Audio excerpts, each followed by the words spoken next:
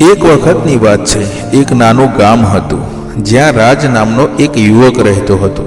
રાજ એક સામાન્ય પરિવારમાંથી આવતો હતો અને જીવનમાં કેટલીક મોટી સમસ્યાઓનો સામનો કરતો હતો.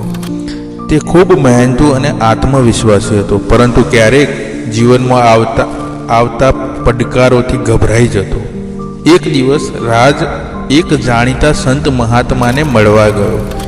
તેનું નામ સંત ધીરજાનંદ હતું. રાજે તેમને પોતાના જીવનની તમામ સમસ્યાઓ વિશે વાત કરી અને પૂછ્યું, મહારાજ, હું મહેનત તો કરું છું, પરંતુ ઘણીવાર નિષ્ફળતાનો સામનો કરવો પડે છે, તો હવે હું શું કરું? સંત ધીરજાનંદે હસતા કહ્યું, બેટા, તને જીવનમાં સફળતા માટે ધીરજ અને નિરંતરતા જાળવવી જરૂરી છે. ચાલ, હું તને એક કિસ્સો સંભળાવું. સંત ધીરજાનંદે એક વાર્તા શરૂ કરી. એક વખતની વાત છે બેટા. એક શિલ્પકાર હતો. તે ખૂબ જ કુશળ અને મહેનતુ હતો. એક દિવસ તેને એક મહેલ બનાવવાનું કામ મળ્યું. શિલ્પકાર રોજ મહેલના પથ્થરો પર કામ કરતો, પરંતુ મહેલ પૂરો થવામાં ઘણો સમય લાગ્યો. ઘણા વર્ષો સુધી સતત મહેનત તે મહેલ આખરે તૈયાર થયો. મહેલની સુંદરતા અને મજબૂતી જોઈને બધાને અચંબો થયો. શિલ્પકારને પૂછવામાં આવ્યું કે તે કેટલી મહેનત અને ધીરજ સાથે આ મહેલ બનાવ્યો. તે હસતા હસતા બોલ્યો, પ્રથમ પથ્થર કોતરતી વખતે હું મારા લક્ષ્ય વિશે વિચારતો હતો.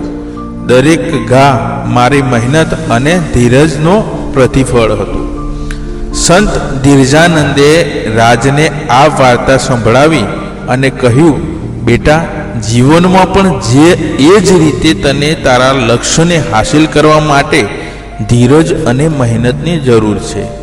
નિરાશ થવાની જગ્યાએ શણગારની જેમ તારા પ્રયત્નો પર વિશ્વાસ રાખવા પડશે. રાજે આ વાત સાંભળી અને તેમાંથી પ્રેરણા મેળવી. તે ધીરજ અને ઉત્સાહ સાથે પોતાની મહેનત ચાલુ રાખી. થોડા સમય બાદ રાજને જીવનમાં સફળતા મળી અને તેણે પોતાના સપનાઓ સાકાર કર્યા. તો આ વાર્તા પરથી આપણને એ શીખવા મળે છે કે જીવનમાં લક્ષ્યો હાંસિલ કરવા માટે ધીરજ અને મહેનત મહત્વપૂર્ણ છે. દરેક નિષ્ફળતા એક શણગાર સમાન છે, જે આપણને સફળતા તરફ લઈ જાય છે. મિત્રો, STV ચેનલ પર જોરદાર સોંગ, જોરદાર ગુજરાતી બાળ કવિતાઓ અને સરસ મજાના સુવિચારો આવે છે. તો આ ચેનલને સબસ્ક્રાઈબ ના કરી હોય તો ફટાફટ સબસ્ક્રાઈબ કરી લેજો. અને હા મિત્રો, નીચે આપેલા બેલ બટન પર ક્લિક કરવાનું ભૂલતા નહીં, જેથી આ ચેનલ પર આવનારા નવા ગીત, કવિતા, સોંગ, વાર્તા અને સરસ મજાના સુવિચારોના નોટિફિકેશન તમારા સુધી પહોંચી શકે.